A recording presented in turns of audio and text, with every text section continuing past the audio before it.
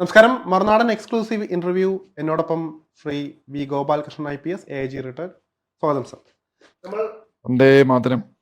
നമ്മൾ ഏറ്റവും നിർണായകമായ ഒരു ഘട്ടത്തിലാണ് ഇപ്പോൾ എത്തി നിൽക്കുന്നത്. അതായത് ഇറാൻ ഇസ്രായേൽ സംഘർഷം ഔദ്യോഗികമായി നിർത്തലാക്കിയെന്ന് പറയപ്പെടുന്നു. എങ്കിൽ പോലും നമ്മുടെ ഏറ്റവും കൂടുതൽ ചർച്ചകളിൽ വന്നത് ഇറാന്റെ ആണവായുധം അതുപോലെ തന്നെ യുറേനിയം സമ്പുഷ്ടീകരണവുമായിട്ട് ബന്ധപ്പെട്ട കാര്യങ്ങളാണ്. അതിൽ തന്നെ ഫോർദോ ന്യൂക്ലിയർ സൈറ്റ്, അവിടെ തന്നെ നമ്മൾ ഒരു പല അഭ്യൂഹങ്ങളുണ്ടായിരുന്നു. അവിടെ നിന്ന് ഇറാൻ യുറേനിയം അതുപോലെ തന്നെ ആണവ ബോംബുകളൊക്കെ മാറ്റി എന്ന് പറയപ്പെടുന്നുണ്ട്. അപ്പോൾ നമ്മുടെ മാധ്യമങ്ങളൊക്കെ പല രീതിയിൽ അതിനകത്ത് വ്യാഖ്യാനിക്കുന്നുണ്ട്. പക്ഷേ അതിനേക്കാൾ ഏറെ കുറച്ചുകൂടെ സീരിയസ് ആയിട്ട് നമുക്ക് സംസാരിക്കുന്നതിൽ ഉണ്ട് എന്ന് തോന്നുന്നു. താങ്കളുടെ വാക്കുകൾ കേട്ടപ്പോൾ അങ്ങനെ മനസ്സിലായിട്ടുണ്ട്. എന്തായിരിക്കും സംഭവിച്ചത്? യഥാർത്ഥത്തിൽ അവിടെ നടന്നോ, മാറ്റി സ്ഥാപിച്ചോ, അതോ അതൊരു വ്യാജ പ്രചരണമാണോ? എന്താണ് അവിടെ നടന്നത്? ശരത്തൻ, നമ്മള് ഒരു 15 ദിവസം മുമ്പ് ഒരു എപ്പിസോഡ് ചെയ്തു. അപ്പോൾ തുടങ്ങിയത് തന്നെ ഇങ്ങനെയാണ്. നമ്മൾ അതായത് മറ്റുള്ളവർ എല്ലാവരും ചെയ്യുന്ന പോലെയല്ല, ഒരു ഡിഫറെൻറ്റ് ആംഗിളിൽ നമുക്ക് ചെയ്യാം. ഇറാൻ്റെ സ്ട്രോങ് പോയിൻറ്റ്സ്, ഇസ്രായേലിൻ്റെ സ്ട്രോങ് പോയിൻ്റ്, അവരുടെ ആക്യുലസ് ഹീൽ, ഇതിനെപ്പറ്റിയൊക്കെ നമ്മൾ ഡിസ്കസ് ചെയ്തിരുന്നു. അപ്പോൾ അന്ന് നമ്മൾ നമ്മുടെ എപ്പിസോഡിൽ പറഞ്ഞിരുന്നു, ഇറാൻ പിന്നെ ഇത് ഒളിപ്പിച്ച് വെച്ചാൽ എന്തോ ചെയ്യും, ഒളിപ്പിച്ച് വെച്ചാൽ എന്തോ ചെയ്യും. അവർക്ക് it's a vast country, unlike Israel. Vast country. അമേരിക്കയുടെ പകുതിയുണ്ട് ഇറാൻ, ഏകദേശം ടോട്ടൽ USA പകുതിയുണ്ട് അവരുടെ വിസ്തീർണം. അപ്പം എവിടെ വേണമെങ്കിലും അവർക്ക് ഒളിച്ചു വയ്ക്കാമെന്ന് നമ്മളന്ന് പറഞ്ഞു. അത് തന്നെയാണ് സംഭവിച്ചിരിക്കുന്നത്. അതായത് ജൂൺ 18 JD വാൻസ്, അദ്ദേഹം നമ്മുടെ ഉഷാജിയുടെ ഹസ്ബൻഡ്, 2 ദിവസം മുമ്പാണ് അദ്ദേഹം അങ്ങനെ പറഞ്ഞിട്ടുണ്ടെങ്കിൽ അതിൻ്റെ അർത്ഥം CIA എടുത്ത് കൊടുത്തെന്നാണ്. CA എന്നല്ലേ അദ്ദേഹത്തിന് കിട്ടുള്ളൂ. അപ്പോൾ അദ്ദേഹം പറഞ്ഞിട്ടുണ്ട്, Iran is suspect to have smuggled out the enriched uranium എന്ന് അദ്ദേഹം പറഞ്ഞിട്ടുണ്ട്. അപ്പം ഞാനത് റിസർച്ച് ചെയ്തു. ഞാൻ നമ്മുടെ സുഹൃത്തുക്കളെയൊക്കെ അവിടെ ഇവിടെയൊക്കെ വിളിച്ച് ചോദിച്ചു ശരിയാണോ എന്ന്. അപ്പോൾ അവരുടെ അവിടുത്തെ പത്രങ്ങളൊക്കെ എന്ത് പറയുന്നു, സോഷ്യൽ മീഡിയ എന്ത് പറയുന്നു. അപ്പോൾ അതിൽ നിന്നൊക്കെ ഞാൻ മനസ്സിലാക്കിയത്, ഫർദോ സൈറ്റിൽ നിന്ന് 3 സൈറ്റ് ഉണ്ടായിരുന്നു. പക്ഷെ 3 സൈറ്റും 21-ന് ബോംബ് ചെയ്തപ്പോൾ, രാത്രി ബോംബ് ചെയ്തപ്പം ആ 3 സൈറ്റ് എംപ്റ്റി ആയിരുന്നു എന്നാണ് പറയുന്നത്. ഈ എൻറിച്ച്ഡ് യുറേനിയം റോഡ്, അല്ലെങ്കിൽ എൻറിച്ച്ഡ് യുറേനിയം 60 to 90, 60 ഉണ്ടെന്നാണ് പറഞ്ഞത്. 90 ആയില്ലല്ലോ, 90 60. അപ്പോൾ ഡർട്ടി ബോംബിനുള്ള അത് വേണമെങ്കിൽ 90 ആക്കാം എപ്പോൾ വേണം. അത് അവിടെ ഈ 3 സൈറ്റിലും ഇല്ലായിരുന്നു എന്നാണ് മനസ്സിലാക്കുന്നത്. അത് CIAക്ക് അറിയാമായിരിക്കും, അവർ മൊസാദിനും അറിയാമായിരിക്കും, അവർ കൊടുത്തു കാണും. അപ്പോൾ പിന്നെ വേറൊരു കാര്യം, നമ്മുടെ ചരിത്രം നമ്മൾ നോക്കുമ്പോൾ CIA നമുക്കങ്ങനെ വിശ്വസിക്കാൻ ഒക്കില്ല. കാര്യം എന്ന് പറഞ്ഞാൽ CIA ഈ സാറ്റലൈറ്റ് അവർ അത് മനസ്സിലാക്കുമെങ്കിൽ സാറ്റലൈറ്റ് ഇമേജ് വഴിയായിരിക്കും അവർ കണ്ടുപിടിച്ചത്. അങ്ങനെയാണെങ്കിൽ അപ്പോൾ സ്റ്റോപ്പ് ചെയ്തില്ലല്ലോ. അപ്പം CIA ചിലപ്പോൾ ഈ അമേരിക്കയ്ക്ക് അങ്ങനെയാണല്ലോ, അവർക്ക് അങ്ങനെ ഒരു രാജ്യത്തോട് അങ്ങനെ ഒരു ഭയങ്കരമായ സ്നേഹം, അങ്ങനെ സ്ഥിരമായി. എല്ലാവരും പറയും ഇസ്രായേലിനോട് ഭയങ്കര സ്നേഹം. No, never. ഇസ്രായേൽ രാത്രി ഉറങ്ങുമ്പം പോലും ഒരു കണ്ണ് ബാക്കിൽ USA നോക്കിക്കൊണ്ടാണ് ഇസ്രായേൽ ഉറങ്ങാൻ പോകുന്നത്. അങ്ങനെയാണ് അവരുടെ രീതി. എത്രയോ അമേരിക്കൻ സിറ്റിസൻസിനെ ഇസ്രായേലിന് വേണ്ടി ചാരപ്പണി ചെയ്ത് പിടിച്ചു, അറസ്റ്റ് ചെയ്തു, വൻ വിഷയങ്ങളായിട്ടുണ്ട് ചരിത്രത്തിൽ. നമുക്കത് വേറൊരു അവസരത്തിൽ സംസാരിക്കാം.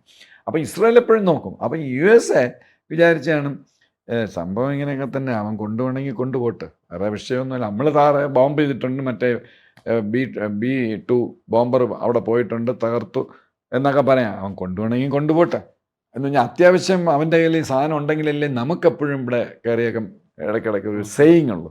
അല്ല, ഇസ്രായേലിനെ കംപ്ലീറ്റ് എല്ലാം അങ്ങ് ഏൽപ്പിച്ച് എല്ലാം ഓക്കെ ആക്കി കൊടുത്ത പിന്നെ ഇസ്രായേൽ നമ്മൾ പറഞ്ഞ പോലെ കേൾക്കില്ല എന്നൊരു ചിന്ത അവർ തമ്മിൽ അങ്ങനെ ഉണ്ട്. അങ്ങനെ എന്നൊരു ചിന്ത അമേരിക്കയ്ക്ക് USA വന്നിട്ടുണ്ടോ എന്ന് എനിക്ക് അറിഞ്ഞുകൂടാ.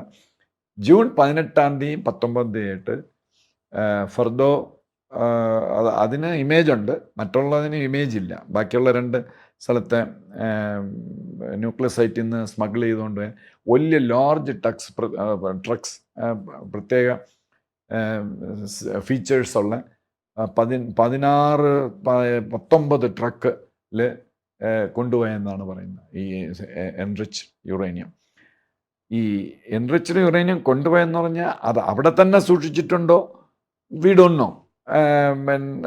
അതോ പിന്നെ വേറൊരു തിയറി പറയുന്നത് ചൈന, റഷ്യ ഇവർക്ക് രണ്ടുപേർക്കും കൊടുത്തു കാണും, അവരെ സൂക്ഷിക്കാൻ കൊടുത്തു കാണും. പക്ഷേ റഷ്യ ഈ ബോംബിംഗ് ഒക്കെ തുടങ്ങുന്നതിന് മുമ്പ് പറഞ്ഞാണ് എൻറിച്ചഡ് യുറേനിയം ഞങ്ങളുടെ എന്ന് പ്യൂട്ടിൻ പറഞ്ഞതാണ്, കേട്ടില്ല. കൊമേനി പറഞ്ഞു ഞങ്ങളെ റൈറ്റാണ്, ഞങ്ങളെല്ലാവരും വിഴുങ്ങും പിടിക്കും എന്നൊക്കെ പറഞ്ഞു. അങ്ങനെയാണ് ഈ ബോംബിംഗ് ഒക്കെ വന്നത്. അപ്പം റഷ്യക്ക് കൊടുത്തിരിക്കാൻ ഇപ്പം കമേനിക്ക് ഒരു സംശയം വന്നതാണ്, ഇവന്മാർ പഴയ റഷ്യയല്ലേ, ഇവന്മാർ ട്രംപിൻ്റെ അടുത്ത ആളല്ലേ, അതുകൊണ്ട് റഷ്യക്ക് കൊടുക്കാൻ ചാൻസ് ഇല്ല. പിന്നെ 2 പേരേ ഉള്ളൂ, ഒന്ന് ചൈന. ചൈന ഇപ്പം വെളിയിൽ വരുന്നത് ചൈനയുടെ ഒരു പാർട്ടിസിപ്പേഷനോടെ ഇത് കടത്തി എന്നാണ് പറയപ്പെടുന്നത്. ചൈന ഇത് ആക്റ്റീവ് റോൾ ഉണ്ടെന്ന്. അപ്പം അടുത്ത ആള് സസ്പെക്റ്റ് എന്ന് പറയുന്നത് നമ്മുടെ ഫെയിൽഡ് മാർഷൽ മൗലവിയാണ്, പിന്നെ മുനീറാണ്. കാര്യം എന്ന് പറഞ്ഞാൽ അതെങ്ങനെ കൊടുക്കും, അത് ഒരിക്കലും അങ്ങനെ വിചാരിക്കരുത്. എന്താ വെച്ചാൽ അവർ തമ്മിൽ അങ്ങനത്തെ ഹിസ്റ്ററി ഉണ്ട്. ഷാ ഉണ്ടായിരുന്ന സമയത്ത് 71 വാറിൽ പാകിസ്ഥാൻ അവരുടെ അന്നത്തെ കിടിലൻ സാബർ ജെറ്റ് ഇറാനെ ഒളിപ്പിക്കാൻ കൊടുത്തു. പിന്നെ അത് തിരിച്ചു കൊടുത്തില്ല, പിന്നെ അവർ തമ്മിൽ എന്തോ ഉടക്കൊക്കെ. അതേപോലെ ഈ മൗലവിക്ക് ഫെയിൽഡ് മാർഷലിന് ഇത് മതി, ചക്രം മതി. ഇറാൻ്റെ പൂത്ത കാശല്ലേ. അപ്പം ഒരു വലിയ എമൗണ്ടിന് ഇത് വാടക നിങ്ങളവിടെ സൂക്ഷിച്ചോ, എളുപ്പമാണ്. ഇറാനിൽ നിന്ന് പാകിസ്ഥാനിലോട്ട് കടത്താൻ എളുപ്പമാണ്. അവരുടെ സിസ്താൻ ബലൂചിസ്ഥാൻ എന്ന് പറഞ്ഞൊരു സ്റ്റേറ്റ് ഉണ്ട്, അതിൻ്റെ കൂടെ ചേർന്നാണ് ഈ പാകിസ്ഥാൻ്റെ ബലൂചിസ്ഥാൻ കിടക്കുന്നത്. അപ്പം കൊടുത്തിട്ട് പിന്നെ നമുക്ക് പിന്നെ ആലോചിക്കാം, തിരിച്ച് വീണ്ടും ഇരട്ടി. ഇപ്പം $1,00,000 വാടക കൊടുത്തെങ്കിൽ അതൊരു $5,00,000 കൊടുത്താൽ ഫെയിൽഡ് മാർഷൽ തിരിച്ചു തരും. അതിനും പൈസ കൊടുക്കണം. അങ്ങനെയാണെങ്കിൽ പോലും ചൈനയെക്കാളും റഷ്യയെക്കാളും സേഫാണ് അവർ എന്ന് പറഞ്ഞ് കൊടുത്തില്ല എന്നൊന്നും പറയാൻ പറ്റില്ല. May be it is possible. അങ്ങനെ 2 തിയറിയാണ്. ഒന്ന് ചൈനയുടെ സഹായത്തോടെ അങ്ങനെ പോയി, പിന്നെ ഇല്ലെങ്കിൽ പാകിസ്ഥാന് വാടകയ്ക്ക് കൊടുത്തിരിക്കുന്നു. പിന്നെ അത് പിന്നെ വലിയ എമൗണ്ടാണ്, $10,00,000 കൊടുക്കണമെങ്കിൽ അത് അമേരിക്കയ്ക്ക് തിരിച്ചു കൊടുക്കുകയും ചെയ്യും ഫെയിൽഡ് മാർഷൽ. പക്ഷെ ഇവർക്ക് വേറെ ഓപ്ഷൻ ഇല്ല. ഇവിടെ വല്ലതും വെച്ചിരുന്ന എങ്ങനെയെങ്കിലും ഇവർ കണ്ടുപിടിക്കും. ഇസ്രായേലും ഒക്കെ, അമേരിക്ക കണ്ടുപിടിച്ചാലും പ്രശ്നമില്ല, ഇസ്രായേൽ കണ്ടുപിടിച്ചാൽ അതിനെ നശിപ്പിച്ച് കളയും. വീണ്ടും തുരങ്കമൊന്നും ഉണ്ടാക്കി വെക്കാൻ പറ്റില്ല, അതിനുള്ള സമയമൊന്നുമില്ലല്ലോ. അപ്പം ഇങ്ങനെ ഒരു സംഭവിച്ചിരിക്കാൻ സാധ്യതയുണ്ട്. ഇങ്ങനെ പോകുമ്പോൾ ഒരു പ്രശ്നം എന്ന് വെച്ച് കഴിഞ്ഞാൽ, മറ്റൊരു രാജ്യത്തിലേക്ക് പോകുമ്പോൾ ഓരോ ആണവ ഊർജ്ജങ്ങളും അവരുടേതായ ഒരു സെൽഫിഷ്, അതായത് അവരുടേത് മാത്രമെന്ന രീതിയിൽ ചിന്തിക്കുന്നവരാണ്. അപ്പോൾ ഇറാന്റെ സാധനം പാകിസ്ഥാനിലോ അല്ലെങ്കിൽ റഷ്യയിലോ ചൈനയിലോ പോവുകയാണെങ്കിൽ അതിന്റെ ടെക്നിക്സ് കൂടെ പോകില്ല. അത് സത്യം പറയുന്നത് ഇറാൻ ഒരു തിരിച്ചടിയാവില്ല അങ്ങനെ നോക്കുമ്പോൾ. നിങ്ങൾ പറയുന്നത് ടെക്നോളജി, അതിന്റെ ടെക്നോളജി ഇറാൻ കണ്ടുപിടിച്ചിട്ടില്ലല്ലോ ഒന്നും. ഇറാൻ എന്ത് ടെക്നോളജി ഉണ്ട്? അവരുടെ മിസൈലും അവരുടെ ബോംബും എല്ലാം ഇതാണ് ഇവർ കൊടുത്താണ്. റഷ്യയും ചൈനയും നോർത്ത് കൊറിയയും കൊടുത്താണ്. അവരുടെ മറ്റേ ഖാൻ ഇങ്ങനെ നടന്നിങ്ങനെ ഈ മുഴുക്കൊന്നും കൊടുക്കില്ല, പാർട്ട് ബൈ പാർട്ടായിട്ട്. ഈവൻ പാകിസ്ഥാനും അങ്ങനെ ചെയ്തത് അങ്ങനെയാണ്, പാർട്ട് ബൈ പാർട്ടായിട്ട്. അവിടെ നിന്ന് ഇത്തിരി ചൈനയിൽ നിന്ന് ഇത്തിരി എടുത്തു, നോർത്ത് കൊറിയയിൽ നിന്ന് ഇത്തിരി എടുത്തു, പിന്നെ നെതർലാൻഡ്സിൽ നിന്ന് ഇത്തിരി എടുത്തു. അങ്ങനെയാണ് ഇവന്മാർ ബോംബുണ്ടാക്കി. ഈവൻ റഷ്യ പോലും അങ്ങനെയാണ് ഉണ്ടാക്കിയത്. റഷ്യ ഭയങ്കര ഫേമസ് ആയിട്ടുള്ള വലിയ വിചാരണയൊക്കെ നടന്നതാണ്. 2 ദമ്പതികളുണ്ട്, എന്തോ ബർഗ് എന്ന് പറഞ്ഞ റോസൻബർഗ് എന്ന അങ്ങനെ എന്തോ ആണ്. അവർ വഴിയാണ്, അവർ കമ്മ്യൂണിസ്റ്റുകാരായിരുന്നെന്നും അവർ വഴിയാണ് റഷ്യക്ക് ന്യൂക്ലിയർ ടെക്നോളജി കിട്ടിയതെന്നും പറഞ്ഞാൽ അവരെ വിചാരണ ചെയ്തിട്ട് അവരെ തൂക്കിക്കൊന്നു. ഫയറിംഗ് സ്ക്വാഡിൽ. അത് വലിയൊരു കോൺട്രവേഴ്സ്യൽ ആയിട്ടുള്ളൊരു സംഗതി. എല്ലാവർക്കും അങ്ങനെയൊക്കെ തന്നെയാണ് കിട്ടുന്നത്. ഈവൻ USA പോലും, ഈവൻ ഐൻസ്റ്റീൻ്റെ ഇതുപോലും ഐൻസ്റ്റീൻ്റെ തിയറി അല്ല. ലിസി മെയ്റ്റ്നർ എന്ന് പറയുന്ന വേറൊരു ജൂസ് ലേഡി ഉണ്ട്. അവരെ എത്രയോ പ്രാവശ്യം 32 പ്രാവശ്യം മറ്റേ നോബൽ സമ്മാനത്തിന് റെക്കമെൻഡ് ചെയ്തു. പക്ഷെ അവർക്ക് കൊടുത്തില്ല. ബിക്കോസ് അവർക്ക് അച്ഛനില്ല എന്ന് പറഞ്ഞാൽ ഗോഡ് ഫാദർ ഇല്ലായിരുന്നു, അവർക്ക് കിട്ടിയില്ല. അത് ഇദ്ദേഹം മോഷ്ടിച്ചതാണെന്നൊരു തിയറി പറയപ്പെടുന്നു, ഐൻസ്റ്റീൻ. എന്നിട്ടാണ് അത് USA കൊടുത്തത്. അപ്പം അതുകൊണ്ട് ഈ ടെക്നോളജി ട്രാൻസ്ഫർ എല്ലായിടത്തും ഉണ്ട്. പിന്നെ ഇറാൻ്റെ എന്ന് പറയുന്നത് ഇന്ത്യ കഷ്ടപ്പെട്ട് ഉണ്ടാക്കിയെടുത്ത പോലെയുള്ള ഒരു ടെക്നോളജി ഒന്നും ഇറാനില്ല. അത് അന്ന് റഷ്യയും USA തമ്മിൽ ഭയങ്കര ഉടക്കായിരുന്നല്ലോ. അപ്പോൾ റഷ്യയും ചൈനയും നോർത്ത് കൊറിയ, അപ്പോൾ അന്ന് ചൈന നോർത്ത് കൊറിയയുടെ കയ്യിലാണ്. അപ്പോൾ ചൈന പറഞ്ഞാണ് ഞങ്ങൾ ഒന്നും ചെയ്യണില്ല, നോർത്ത് കൊറിയ കൊടുക്കട്ടെന്ന്. അപ്പോൾ ചൈനയ്ക്ക് സാങ്ഷൻ, അന്ന് അമേരിക്കയായിട്ട് വലിയ അടുപ്പമാണ് USA. അപ്പോൾ അങ്ങനെയൊക്കെയുള്ള കള്ള പരിപാടികളൊക്കെ അതൊരു ടെക്നോളജി പോയി എന്ന് വിലപിക്കേണ്ട കാര്യമില്ല ഇറാൻ. അപ്പോൾ അതുമായിട്ട് ബന്ധപ്പെട്ടാണ് ഇപ്പോൾ നമ്മൾ പറഞ്ഞു വന്നത്. അപ്പോൾ ഇറാൻ ഇപ്പോൾ ഇങ്ങനത്തെ രീതിയിൽ പോവുകയാണെങ്കിൽ അത് അമേരിക്കയുടെ കാര്യങ്ങൾ നമ്മൾ എടുത്ത് പറഞ്ഞിട്ടൊരു കാര്യമുണ്ട്. ഇപ്പോൾ പാകിസ്ഥാനും അമേരിക്കയോട് കണക്ട് ചെയ്യുന്ന ഒരു വിഷയം കൂടെ അതിനകത്ത് വരുന്നുണ്ട്. അതായത് പാകിസ്ഥാന്റെ അസീം മുനീർ, അതായത് ഈ ഒരു വിഷയം വന്നപ്പോൾ അസീം മുനീർ വിരുന്ന് നൽകിയപ്പോൾ അതിന് പിന്നാലെയായിരുന്നു ട്രംപിനെ നൊബേൽ പ്രൈസിന് പാകിസ്ഥാൻ നോമിനേറ്റ് ചെയ്തെന്ന് പറയപ്പെടുന്നുണ്ട്.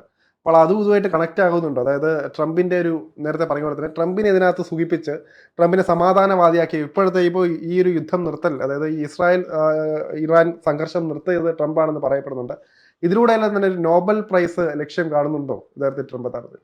മറ്റേ ഫെയിൽഡ് മാർഷൽ മൗലവി പറഞ്ഞതിൽ യാതൊരു കാര്യമില്ല. അത് നമ്മുടെയൊക്കെ നാട്ടിൽ ചിലർ പിന്നെ അതാണ് ഞങ്ങളുടെ പോലീസിനകത്ത് പിന്നെ എല്ലാവരും എന്നല്ല ഭൂരിഭാഗവും 25% അങ്ങനെയല്ല,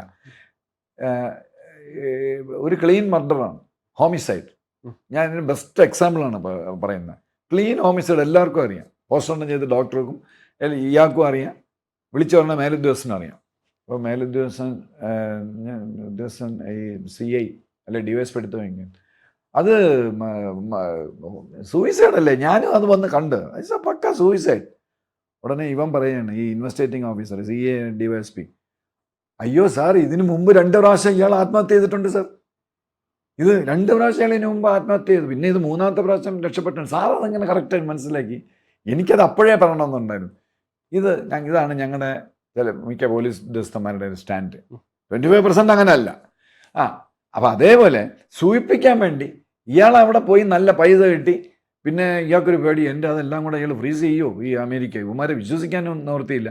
അപ്പം അതൊക്കെ പേടിച്ചെന്ന് സോപ്പിട്ട് കിലിക്കിയതാണ്. അതിനപ്പുറം ഒന്നുമില്ല. പിന്നെ നോബൽ സമ്മാനം ഇപ്പം ട്രംപ് ജിക്ക് ഒരു 75% ചാൻസ് ഇല്ല ഇപ്പം. ഇനി അത് മാറി വരണം. 75% ഇപ്പോൾ ഇല്ല, നടക്കില്ല. കാര്യം ഞാൻ യൂറോപ്പായിട്ട് ഭയങ്കരമായിട്ട് ഉടക്കുകയാണ്. ഞാൻ കഴിഞ്ഞ എപ്പിസോഡിൽ പറഞ്ഞു, യൂറോപ്പിനെ വിറപ്പിച്ചിട്ടുണ്ടെങ്കിൽ അദ്ദേഹത്തിന് ഇത് കിട്ടില്ല. പിന്നെ അത് പ്യൂട്ടനും കൂടെ വിചാരിക്കുന്നു. അല്ല, അത് പറയാൻ കാരണം ഇന്നലെ തന്നെ ഇത്രയും വലിയ അവരെ ഈ ഖത്തറിന്റെ, അതായത് US വ്യോമത്താവളങ്ങൾ ഇറാൻ ആക്രമിക്കുന്നു. എന്നിട്ട് പോലും പറഞ്ഞത് ഇറാൻ ചെയ്ത് ഇങ്ങനെയെങ്കിലും നന്നാവട്ടെ, ഇങ്ങനെ സമാധാനവാദിയെ പോലെ പെരുമാറുന്നു. ഒരിക്കലും അമേരിക്കയിൽ നിന്നൊന്നും പ്രതീക്ഷിച്ചില്ലായിരുന്നു. അപ്പോൾ ഈ പരസ്യമായിട്ട് ഖമേനിയെ വധിക്കുമെന്നും അങ്ങനെ പറയുന്ന ട്രംപാണ്. ഒരാഴ്ച പോലും കഴിഞ്ഞിട്ടില്ല, ഇപ്പോൾ സമാധാനത്തിന് വേണ്ടി സംസാരിക്കുന്നു, തിരിച്ചടിയൊന്നും ഉണ്ടാകില്ല എന്ന് പറയുന്നു. അപ്പോൾ അതുമായിട്ട് ബന്ധപ്പെടുത്തിയാണ് അത് ഞാൻ പറഞ്ഞുതരാം, അതൊക്കെ എന്താണെന്നുള്ളത് കറക്റ്റായിട്ട് ഞാൻ പറഞ്ഞുതരാം. നമുക്കൊന്നും TV യിലും ന്യൂസിലും നമുക്കൊന്നും കിട്ടാത്ത ചില അണ്ടർ കറൻസ് നടന്നിട്ടുണ്ട്. പ്യൂട്ടിൻ പറഞ്ഞാണ്, ഇത് നമ്മൾ ഡിസ്കസ് ചെയ്താണ് നേരത്തെ. പ്യൂട്ടിനെ തള്ളി ഒരു പരിപാടിക്കും USA പറ്റില്ല. അത് ഇസ്രായേലിന് പറയും. ഇസ്രായേൽ എന്തായാലും ചീത്ത വിളിച്ചിട്ടില്ല. നിങ്ങൾ എവിടെയെങ്കിലും കണ്ടിട്ടുണ്ടോ ഇസ്രായേൽ പിന്നെ പ്യൂട്ടിനെ അബ്യൂസ് ചെയ്യുന്നതോ തെറി വിളിക്കുന്നതോ ക്രിട്ടിസൈസ്? എനിക്ക് ഓർമ്മയിലില്ല. പ്യൂട്ടിൻ ചിലപ്പം പറഞ്ഞതാണ് ബെഞ്ചമിൻ അത്യാവശ്യം മര്യാദയ്ക്ക് നടക്കണമെന്നൊക്കെ. പക്ഷെ അതുപോലും നമുക്ക് കാണാൻ ബുദ്ധി. അവർ തമ്മിൽ എന്തോ ഒരു ഇതുണ്ട്. പക്ഷേ പ്യൂട്ടിനെ വെറുപ്പിച്ചുകൊണ്ട് പറ്റില്ല. അമേരിക്ക USA ഭയങ്കര പവർഫുൾ കൺട്രിയാണ്, അതിന് സംശയമൊന്നുമില്ല. മോസ്റ്റ് എക്കണോമിക് പവറാണ്, ജയൻ്റാണ്. പക്ഷെ നിങ്ങൾ ലാസ്റ്റ് 7 വാർസ് എടുത്ത് നോക്ക്, USA തോറ്റുപോയി അവർ. വിയറ്റ്നാം വാർ തൊട്ട് നിങ്ങൾ നോക്കൂ, അവർ തോറ്റുപോയി. ബോംബ് ചെയ്ത് നാപ്പാം ബോംബ് ഇട്ട് അവിടെ ഇനി അടുത്ത 50 വർഷത്തേക്ക് നെൽച്ചെടി പച്ച ഉണ്ടാവില്ല, പച്ച അങ്ങനെ വെളുപ്പിച്ചോളാം. എന്നിട്ട് അവർ തോറ്റുപോയില്ലേ? ഇപ്പം ലേറ്റസ്റ്റ് അഫ്ഗാനിസ്ഥാൻ എടുക്കൂ. പെട്ടെന്നൊരു ദിവസം രാവിലെ അതാ ഞങ്ങളെല്ലാം കൂടെ പോകണം, ഇതെല്ലാം കൂടെ അവിടെ കിടക്കുകയാണ്. സാറേ ഇതും കൂടെ എടുത്തോണ്ടോ? എല്ലാം ഞങ്ങൾ പോകണം എന്ന് പറഞ്ഞാൽ ഭയങ്കര ഫിയേഴ്സായിട്ട് ബാക്ക്ലാഷ് വരാൻ പോകുന്ന അവർക്ക് ഇത് കിട്ടിക്കണം.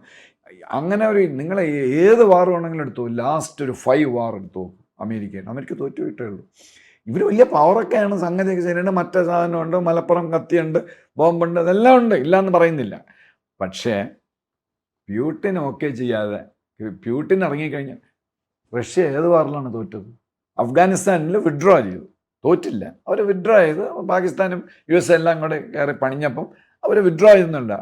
ചരിത്രം 200 വർഷത്തെ ചരിത്രം നിങ്ങൾ എടുത്തു നോക്കും. ജപ്പാൻ 1905 ഇവരുടെ നേവൽ ബാറ്റിൽ തോപ്പിച്ചതല്ലാതെ റഷ്യയുടെ പോളിസി പിന്നെ പറയും ഞങ്ങൾ USSRനെ പിരിച്ചു വിട്ടു എന്നൊക്കെ റഷ്യക്കെതിരായിട്ട്. റഷ്യയുടെ ഒരു ഇത് നമ്മൾ നോക്കുമ്പം അവരുടെ ഒരു സ്ട്രാറ്റജി വിജയിച്ചാണ് പറഞ്ഞത്. ഇപ്പം എന്താ ഉക്രൈൻ്റെ തന്നെ അവർ വിചാരിക്കുന്ന സ്ഥലത്താണ് വരുന്നത്. കീവിലേക്ക് മാർച്ച് ചെയ്യും.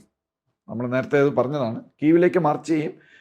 ട്രംപ് ഒന്നും ചെയ്യില്ല എന്നും പറഞ്ഞ് ട്രംപിന് എന്തും ചെയ്യാനുള്ള ഒരു ലൈസൻസ് പ്യൂട്ടിൻ കൊടുത്തിട്ടില്ല. പിന്നെ പ്യൂട്ടിൻ്റെ ഇഷ്ടംപോലെ പൈസ ഉണ്ട്. എന്ന് പറഞ്ഞാൽ ഇമാജിൻ ചെയ്യാത്ത അത്ര പൈസയുണ്ട്. അപ്പം ട്രംപിന് അതും ഒരു കണ്ണുണ്ട്. അതിൻ്റെ കൂടെ ട്രംപിന് ഒരുപാട് ബിസിനസ്. റഷ്യ എന്ന് പറഞ്ഞാൽ എന്തൊരു രാജ്യമാണെന്നറിയാം. അവർ ഭാഗത്ത് 15 കോടിക്ക് താഴെയുള്ളൂ ജനങ്ങൾ. പക്ഷെ അവരുടെ ആ നാച്ചുറൽ റിസോഴ്സസ്, ഓയിൽ, വെള്ളം, ഗോൾഡ്, ഡയമണ്ട്, ഈ യു നെയിം ഇറ്റ്, എന്തൊക്കെ സാധനങ്ങളാണ്. ഇത്രയും ഒരു നാച്ചുറലി ബ്ലസ്ഡ് ആയിട്ടുള്ള ഒരു രാജ്യം റഷ്യയാണ് നമ്പർ 1. വേറെ ആരുമില്ല. കാനഡ പോലെ നമ്പർ 2 ആയിട്ടേ വരുള്ളൂ. അപ്പോൾ എപ്പോഴും ഈ ചൈനയ്ക്കും എല്ലാവർക്കും ഒരു കണ്ണുണ്ട്. അതല്ലേ റഷ്യ ഈ ചൈനയ്ക്ക് നല്ല സാധനങ്ങളൊന്നും കൊടുക്കാത്തത്. S-400 ഏതോ ഒരു പഴയ സാധനം, ആക്രി സാധനമാണ് കൊടുത്തത്. നല്ല സാധനമൊന്നും ചൈനയ്ക്ക് കൊടുക്കില്ല. കരിഞ്ഞ റഷ്യക്ക് ഒരു പേടിയുണ്ട് ഈ യുവമാർ കയറി മേഞ്ഞളയുന്നത്. അപ്പോൾ എപ്പോഴും അവർക്ക് ഈ റഷ്യയുടെ പ്രോവിൻസ്, അമേരിക്കയ്ക്ക് എല്ലാവർക്കും അവിടെ ഇതാണ്. അപ്പോൾ അമേരിക്ക ട്രംപിൻ്റെ പരിപാടി എന്ന് പറഞ്ഞു കഴിഞ്ഞാൽ അങ്ങനെ യുദ്ധം ചെയ്തൊന്നുമല്ല, സോപ്പിട്ട് ഞങ്ങൾ വന്ന് ബിസിനസ് ചെയ്യാം എന്നൊക്കെ പറഞ്ഞ് ട്രംപിൻ്റെ കുട്ടികളും ഒക്കെ വന്ന്. അതിലൊരു ബിസിനസ് മാനാണ്, ഞാൻ കുറ്റം പറയല്ല. Is A very good business man, സംശയമൊന്നുമില്ല. അപ്പം അതിന് റഷ്യ പിണക്കില്ല.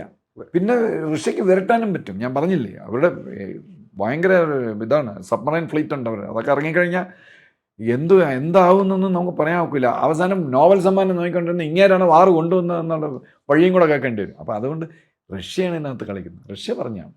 ഈ അമേരിക്കയുടെ ബിസിനസ് താല്പര്യം പറഞ്ഞപ്പോൾ തന്നെ പ്രധാനമായിട്ടൊരു കാര്യം പറയുന്നത് ഹോർമിസ് കടലിടുക്കിൻ്റെ കാര്യമാണ്. അതായത് അവിടെ ഇറാൻ പറഞ്ഞത് അമേരിക്ക ഇടപെട്ടതോടെയാണ് അവിടെ അടച്ചു കളയുന്നുള്ള രീതിയിൽ ഇറാൻ ഒരു വെല്ലുവിളി നടത്തുന്നത്. പെട്ടെന്നാണ് ഫ്ലൈറ്റ് മാറ്റുന്ന രീതിയിൽ അമേരിക്ക കുറച്ചൊക്കെ പത്തിതാണ് പോലെ തോന്നുന്നുണ്ട്.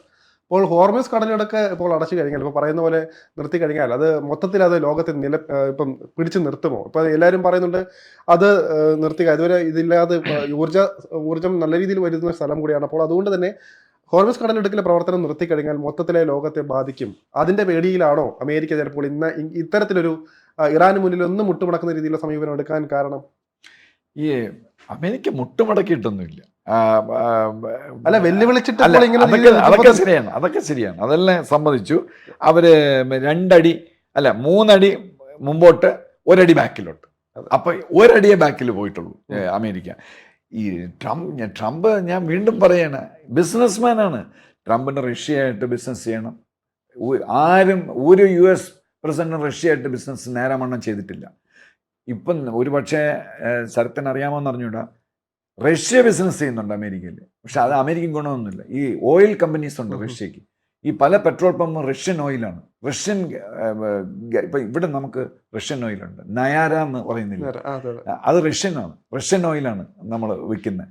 പേരൊക്കെ മാറ്റിയെന്നേ ഉള്ളൂ. അപ്പം അതേപോലെ ഇവർക്ക് എന്താ റോസ് നെഫ്റ്റ് അങ്ങനെ എന്തോ പറഞ്ഞ് റോസ് നെഫ്റ്റ് എന്നാ പറഞ്ഞത്, അതൊക്കെ റഷ്യൻ കമ്പനീസാണ്, അവിടെ ഉണ്ട്. തിരിച്ച് ട്രംപിന് ഇവിടെ ഇല്ല, അമേരിക്കയ്ക്കില്ല. അപ്പോൾ ട്രംപ് പ്ലാൻ കാണും റഷ്യയിൽ പല ബിസിനസ് ചെയ്യാൻ. അപ്പോൾ അതൊരു വലിയൊരു ഘടകമാണ്. അപ്പോൾ റഷ്യയെ വെറുപ്പിക്കില്ല. രണ്ടാമത് ഹോർമിസ് സ്ട്രൈറ്റ് 20% ഗ്ലോബൽ ഓയിൽ ട്രേഡിൻ്റെ 20% അതുവഴിയാണ് ട്രാഫിക് നടത്തുന്നത്. അതായത് ഇത് അടച്ചാൽ ചൈന, സൗദി, ചൈന റിസീവിങ് ആണ്, ബൈയിങ് ആണ്, സൗദി, ഇറാഖ്, UAE, ഇറാൻ, ഈ 4 രാഷ്ട്രങ്ങൾക്ക് എണ്ണ വിൽക്കാൻ പറ്റില്ല. പ്ലസ് ചൈനയാണ് ഏറ്റവും വലിയ കസ്റ്റമർ. ചൈനയ്ക്ക് എണ്ണ വാങ്ങാൻ പറ്റില്ല. വേറെ രാജ്യങ്ങൾ അന്വേഷിക്കണം. വളരെ ചീപ്പ് പ്രൈസിനാണ് ഇറാൻ കൊടുക്കുന്നത്. ഇറാനും ജീവിക്കണ്ടേ? ഞങ്ങൾ ഹോർമിസ് സ്ട്രൈറ്റ് അടച്ചിരിക്കുന്നു എന്ന് പറഞ്ഞാൽ നീ അടയ്ക്കെങ്കിൽ അടയ്ക്ക്. ചൈന വേറെ എവിടെന്നെങ്കിലുമൊക്കെ ഇന്ത്യയും നമ്മൾ 6-7 രാഷ്ട്രങ്ങൾ കണ്ടുവച്ചിട്ടുണ്ട്. സൗത്ത് അമേരിക്കയിൽ നിന്ന് ഗയാന, ബ്രസീൽ, എവിടെയെല്ലാം അറിയാം നമ്മൾ ഓയിൽ കണ്ടുവച്ചിരിക്കുന്നത് എന്ന് നമ്മൾ വാങ്ങുന്നത്.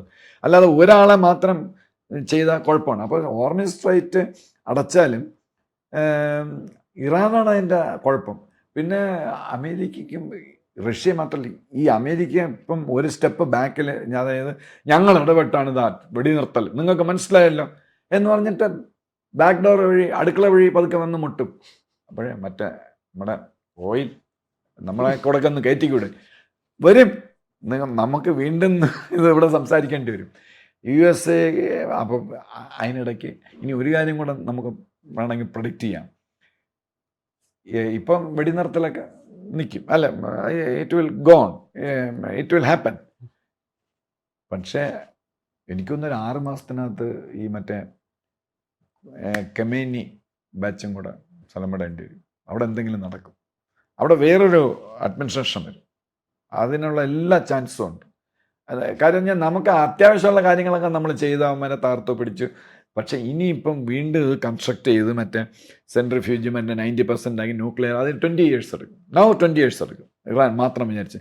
അപ്പം അതൊക്കെ വരുന്നതിന് മുന്നേ ഇവിടുത്തെ അഡ്മിനിസ്ട്രേഷനെ അങ്ങ് അട്ടിമറിച്ചാൽ അമേരിക്കയ്ക്കും ഈവൻ റഷ്യയ്ക്കും ഈവൻ ചൈനയ്ക്കും എല്ലാവർക്കും താല്പര്യമുള്ള ഒരു അഡ്മിനിസ്ട്രേഷൻ അവിടെ വന്നാൽ എല്ലാവർക്കും സന്തോഷമാണ്. അത് വരും, അത് വരാനുള്ള എല്ലാ ചാൻസും ഉണ്ട്. കെമേനി ഒരു ദിവസം രാവിലെ കറങ്ങി വീഴും. കാരണം അവർ ഇസ്രായേലിൽ ബോംബൊന്നും ഇടില്ല, അത് വേറെ എന്തെങ്കിലുമൊക്കെ ആയിരിക്കും. നമുക്ക് അറിഞ്ഞൂടോ, ഞാൻ അന്ന് പറഞ്ഞില്ലേ, ചെവിയിലൊരു ലിക്വിഡ് സ്പ്രേ ചെയ്തപ്പോൾ അവൻ്റെ BP കൂടി മറ്റേ ഹമാസിൻ്റെ ലീഡർ തട്ടിയത് ദുബായിൽ. അതേപോലെ എന്തെങ്കിലും നമുക്ക് അറിഞ്ഞൂടാ, വി ഡോണ്ട് നോ. അത് ഓരോ പ്രാവശ്യം ഓരോ ഓപ്പറേഷനാണ്. ഇങ്ങനെയും ചെയ്യാം അല്ലേ എന്ന് നമ്മൾ മനസ്സിലാക്കുന്നപ്പോഴാണ് എന്തെങ്കിലും ഒരു പരിപാടി ചെയ്യും. പിന്നെ അവിടെ ഒരു സ്ട്രോങ് നേതൃത്വം ഉണ്ട്. ഇദ്ദേഹത്തിന് പാരലായിട്ടുള്ള ഈ ഭരണത്തിൽ തന്നെയുണ്ട്, ഇറാൻ്റെ ഭരണത്തിൽ തന്നെയുണ്ട്. അപ്പോൾ അതൊക്കെ അവരൊക്കെ ആക്ടിവേറ്റായി എങ്ങനെയെന്ന് നമുക്ക് അറിഞ്ഞൂടാ. അപ്പോൾ അതുകൊണ്ട് USA വിചാരിച്ചാണ് ഒരു സ്റ്റെപ്പ് ബാക്കിലോട്ട് പോവാം. പിന്നെ ഇറാനത് കണ്ടിന്യൂ ചെയ്യാൻ തോന്നില്ല. ഇറാനത് കണ്ടിന്യൂ ചെയ്ത് കഴിഞ്ഞാൽ അവർക്ക് തന്നെയാണ് പ്രശ്നം. ഇവിടെ ഖമേനിയുടെ ഒരു കാര്യം കൂടെ ചോദിച്ചോട്ടെ, അതൊരു ഡൗട്ടാണ്, അത് ചിലപ്പോൾ മണ്ടത്തരമായിരിക്കാം. ഖമേനിയുടെ ഇപ്പോൾ ഖമേനി താഴെ ഇറക്കുന്ന വലിയൊരു ഗ്രൂപ്പ് ഉണ്ടെന്ന് പറയപ്പെടുന്നുണ്ട്. അപ്പോൾ ഖമേനിക്ക് താല്പര്യം തൻ്റെ മകൻ മൊസ്താബയാണ് അടുത്ത സുപ്രീം ലീഡർ ആക്കണം താല്പര്യമുണ്ടെന്ന് പറയുന്നുണ്ട്. 58 വയസ്സെന്തോആണ്. പക്ഷേ അതിന് വിപരീതമായിട്ടൊരാളെ എടുത്തു കഴിഞ്ഞാൽ, ഖമേനിയുടെ നേരത്തെ പറഞ്ഞ പോലെ തന്നെ വേറൊരു രീതിയിൽ പാരലായിട്ടൊരാൾ എടുത്തു കഴിഞ്ഞാൽ ഖമേനിക്ക് അതിനകത്ത് ഒരു വൈരാഗ്യം ഉണ്ടായി ഇനി ചിലപ്പോൾ നേരത്തെ പറഞ്ഞ പോലെ തന്നെ ഇതിൻ്റെ രഹസ്യങ്ങളെല്ലാം ചോർത്താൻ വഴിയുണ്ടോ? അങ്ങനെ ഏതിൻ്റെ രഹസ്യം? അല്ല, ഈ ഇപ്പോഴുള്ള യുറേനിയം സമ്പുഷ്ടീകരണം അതുമായിട്ട് ബന്ധപ്പെട്ട് അത് ഇറാന് ബാധിക്കുന്ന വിഷയം, അതായത് തൻ്റെ പക്കൽ ഇതൊക്കെ ഉണ്ട്, ഒരു ബ്ലാക്ക് മെയിലിംഗ് എന്തെങ്കിലും നടക്കാൻ ചാൻസ് ഉണ്ടോ? പിന്നെ ഇറാൻ്റെ പിന്നെ ശരത്ത് ചോദിച്ച് പല പല ചോദ്യങ്ങളാണ്. അതിൽ ഈ ഒരു കാര്യം, ടെക്നോളജി ട്രാൻസ്ഫർ വേറെ ആരെങ്കിലും ചോർത്തിക്കൊണ്ട് പോവുക, ആര് ചോർത്താൻ? ചോർത്തണമെങ്കിൽ സൗദി അറേബ്യ ചോർത്തണം, സൗദി അറേബ്യ പോലുള്ള രാഷ്ട്രങ്ങൾ, അല്ലെങ്കിൽ UAE ചോർത്തണം. വേറെ ആർക്കും ഇത് വേണ്ടല്ലോ. കൃത്യമായ പഠനവും ഇതിന്റെ വിദഗ്ധനും ആണെന്ന് പറയപ്പെടുന്നുണ്ട് ഖമേനി. അതായത് ഇതിനെക്കുറിച്ച് ധാരണയുള്ള ആളാണെന്നൊക്കെ പറയപ്പെടുന്നുണ്ട്, ഇതിനെ പഠനം നടത്തിയിട്ടുള്ള ആളാണ്. അല്ല, അതായിക്കോട്ടെ, അല്ലായിരുന്നോട്ടെ, അയാൾ അങ്ങനെ പഠനം നടത്തിയ ആളാണെന്ന് ഈ പിന്നെ ഇത് റിലീജിയസ് ആയിട്ടല്ലാതെ വേറെ പഠനമൊന്നും നടത്തിയായിട്ട് ഞാൻ മനസ്സിലാക്കിയിട്ടില്ല. അവർക്ക് നല്ല ന്യൂക്ലിയർ സയൻറ്റിസ്റ്റുകളുണ്ട്, അതെല്ലാം ഇസ്രായേൽ തട്ടിക്കളഞ്ഞു. അപ്പം അതൊന്നും വരാൻ സാധ്യതയില്ല. ടെക്നോളജി ആരെങ്കിലും അടിച്ചോണ്ട് പോകുന്നു, അങ്ങനെ ആ ഒരു ഇതൊന്നുമില്ല. മറ്റേ മകന് അത് നടക്കുമെന്ന് തോന്നുന്നില്ല, മകന് നടത്തുമെന്ന് തോന്നുന്നില്ല. മാത്രമല്ല അവിടെയുള്ള ആളുകൾ ഭയങ്കരമായിട്ട് മടുത്തിരിക്കുകയാണ്. പക്ഷെ ഖമേനിക്ക് തീരുമാനിക്കാൻ പവർ ഉണ്ടല്ലോ. ഇപ്പം മാറിക്കഴിഞ്ഞാൽ ഇതാണെന്ന് പറഞ്ഞ് പ്രഖ്യാപിച്ചു, ജീവിച്ചിരിക്കുമ്പോൾ 3 പേരെ അദ്ദേഹം നോമിനേറ്റ് ചെയ്തിട്ടുണ്ട്. പക്ഷെ ഇതൊക്കെ അദ്ദേഹം നോമിനേറ്റ് ചെയ്യുന്നതല്ലേ. ഈ മറ്റേ ആ കുട്ടി മറ്റേ പർദ്ദയിട്ടില്ല, മറ്റേ വെയിലിട്ടില്ല, തലയിൽ വെയിലിട്ടില്ല എന്ന് പറഞ്ഞാൽ അവിടെ നടന്ന പ്രക്ഷോഭം ശരത്തിന് ഓർമ്മയുണ്ടോ? എത്ര ആളുകൾ കൊല്ലപ്പെട്ടെന്നറിയാം. അവർ മറ്റേ ചൈനയിൽ ചെയ്തതുപോലെ അതിനെ സപ്രസ് ചെയ്യുകയാണ് ഇൻഫർമേഷൻ. ഒരുപാട് നൂറ്റക്കണക്കിന് ആളുകളാണ് കൊല്ലപ്പെട്ടത്. അപ്പോൾ അതിൻ്റെ അർത്ഥം അവിടെ നല്ല സ്ട്രോങ് ആയിട്ട് ഒരു ഒപ്പോസിഷൻ ഉണ്ട്. ഇനിയിപ്പം ഈ റിപ്പബ്ലിക്കൻ ഗാർഡ്സും അതാണല്ലോ ഇങ്ങേരുടെ വലം കൈ. റിപ്പബ്ലിക്കൻ ഗാർഡ്സ് എല്ലാം പേടിച്ച് പലരും സ്ഥലം വിട്ട് റിസൈൻ ചെയ്തു.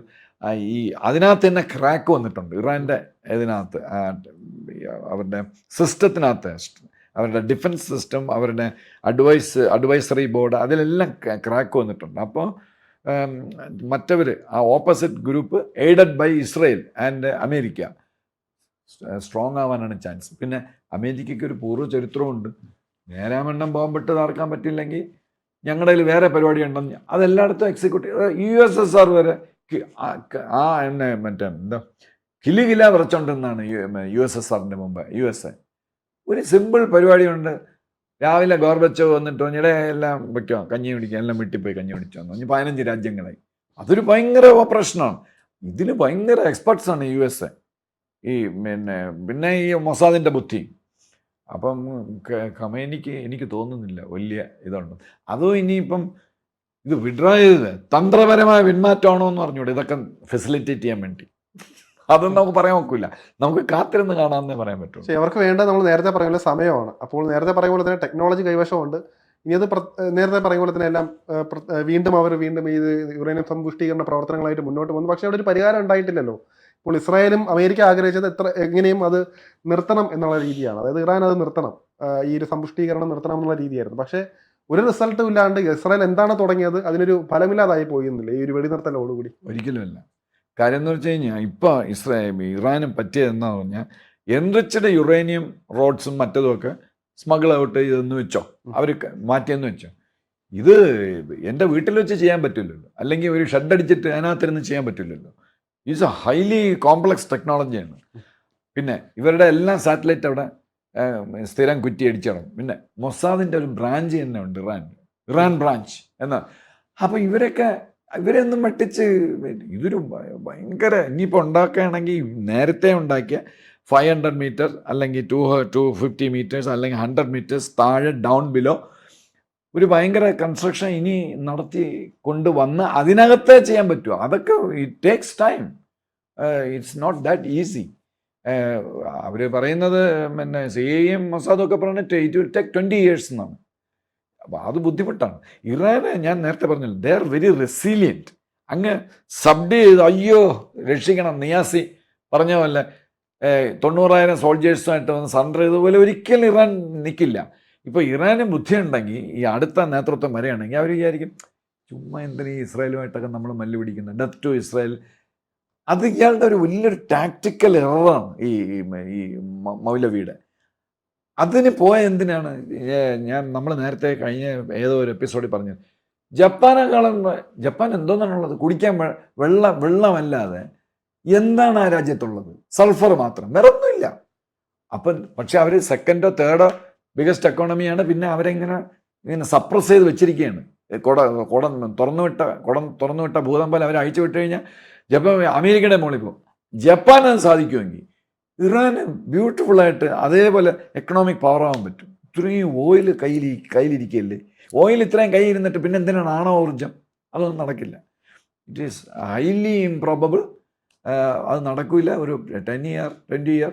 പിന്നെ ഈ ഇറാൻ അലവൻസ് കൊടുത്തു. ഇറാൻ അമേരിക്കയും ഇസ്രായേലും ഒക്കെ ഇവരെ അലോ ചെയ്തു ഇതൊക്കെ ഡെവലപ്പ് ചെയ്യാൻ. ഇനി അവർ അലോ ചെയ്യുന്ന പ്രശ്നമില്ല. സമാധാനവും സ്നേഹമാണെങ്കിൽ ഇറാനും പോണതിന് ഒരു ലിമിറ്റില്ല. ഇസ്രായേലിൻ്റെ എത്രയോ മുകളിൽ പോകും എക്കണോമിക് പവറായിട്ട് വരികയാണെങ്കിൽ.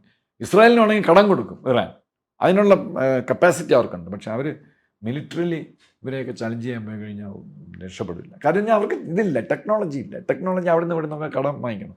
പിന്നെ ഇതിപ്പം തിരിച്ച് എൻറിച്ച് ഇതൊരു കൂടാരത്തിനകത്ത് ടെൻ്റ് അടിച്ചിട്ട് അല്ലെങ്കിൽ അടുക്കളയിൽ രഹസ്യമായിട്ട് പറ്റില്ല. ഒരുപാട് ഭയങ്കര മാസീവ് സ്ട്രക്ചറൊക്കെ വേണം അണ്ടർഗ്രൗണ്ടിൽ.